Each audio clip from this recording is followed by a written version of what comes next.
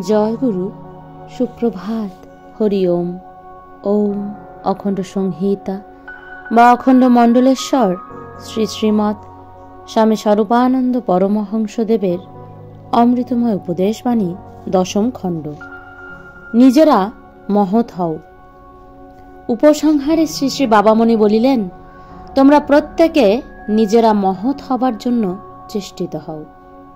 পরম মহৎ পরমেশ্বরে নিরন্তর আত্মনিবেদন করতে থাকো। এর ফলে সব শ্লাঘ্য সদ্গুণ তোমাদের মধ্যে আবির্ভূত হবে।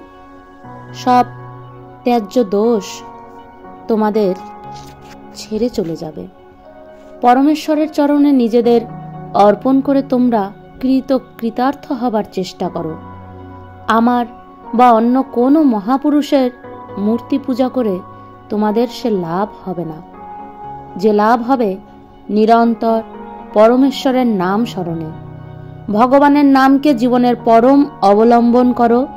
নামের মতন বন্ধু নাই, নামের মতন অঘটন ঘটন পটিয়ান বস্তু আর কিছু নাই। নাম তোমাকে রূপান্তর দেবে, নবজন্ম দেবে। 17 কার্তিক 1339 বঙ্গাব্দ।